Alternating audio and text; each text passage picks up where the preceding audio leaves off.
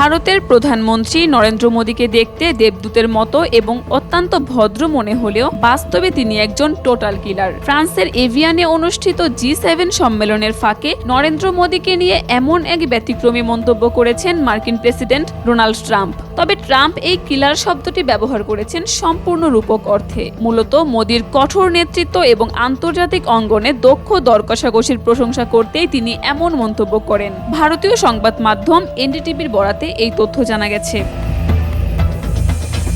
দ্বিপাক্ষিক বৈঠকে ট্রাম্প বলেন, মোদী অন্যতম সুন্দর চেহারার একজন মানুষ, যাকে দেখতে খুবই ভদ্র ও শান্ত লাগে, কিন্তু কাজের ক্ষেত্রে তিনি অত্যন্ত কঠোর। ট্রাম্প জানান, তিনি যতদিন প্রেসিডেন্ট আছেন, ভারত হোয়াইট হাউসে একজন সত্যিকারের বন্ধু পাবে।